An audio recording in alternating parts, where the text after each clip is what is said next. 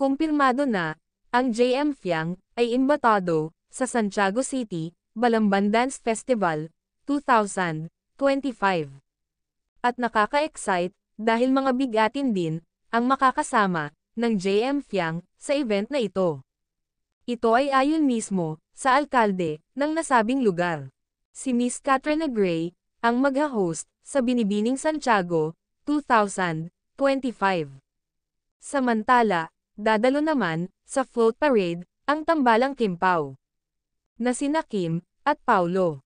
At ganon din ang sikat ngayon na sina Fiang Smith at JM Ibarra at mas kilala din sa tawag na JM Fiang.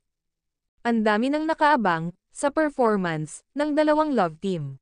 Samantala, JM Fiang, todo ang kabisihan, mag-flight na nga ang JM Fiang papuntang Dubai.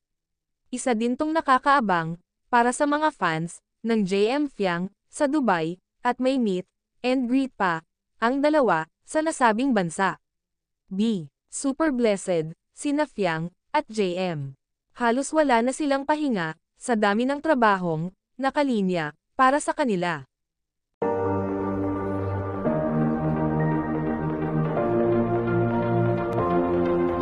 If you're someone who needs to hear this, take a breath.